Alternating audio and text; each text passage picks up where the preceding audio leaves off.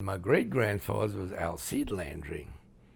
He was a cucumber farmer, and there's still rows in front you can see, and I've got his old wheelbarrow.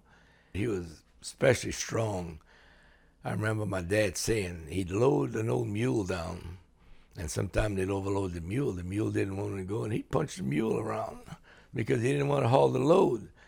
And my great-grandfather wound up with double hernias because he overloaded himself just as bad as the old mule.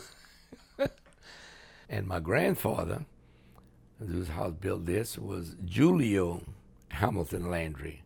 My grandmother was Felicia Coulon. And my grandpa, he had a nickname called Bello. And it took a while to realize, but he had a voice that he could speak on the front porch in a normal voice. We could hear him at home like he had a loudspeaker. His voice just bellowed. And when he worked in the yard, everything had to be just right. But his clothes, he wore his clothes till he made my grandmother patch the patches. And she'd fuss him and says, "Oh, below," he says, "I can't patch that no more." He said, "They're just not getting comfortable."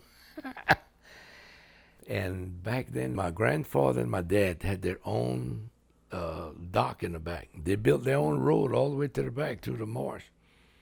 And a big lugger, big 48-foot oyster lugger.